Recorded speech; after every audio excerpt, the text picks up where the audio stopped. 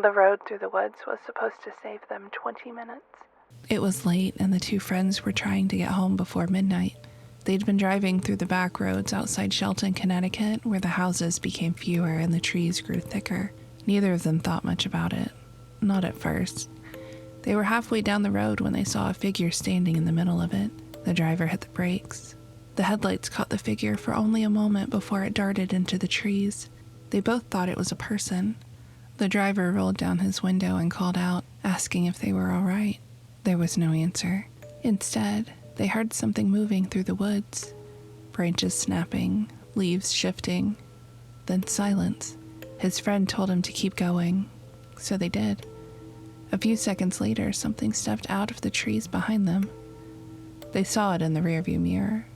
It was small. Its body looked thin and strangely proportioned, but what caught their attention was its head. It looked enormous, too large for its body. The thing stood at the edge of the road and watched them drive away. They didn't stop again. When they finally reached a gas station, they told the person behind the counter what had happened. The man listened quietly. Then he asked where they'd been driving. When they told him, he gave them a strange look. He asked if they'd heard of the Melon Heads. They hadn't, so he told them. People around that part of Connecticut had been telling stories about them for years. Some said they were descendants of a family that had been driven into the woods generations ago after being accused of witchcraft.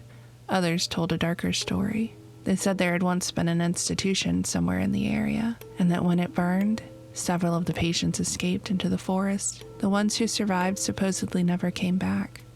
They lived in the woods instead, and over the years the stories said they changed. They became wild. They stopped living like ordinary people. Eventually, they were said to have developed the strange appearance people now associated with the Melon Heads. Large heads, small malformed bodies, and a habit of staying far away from civilization. The man behind the counter told them there was another part of the story too. There were roads through those woods that people avoided after dark. Locals sometimes called one of them Dracula Drive.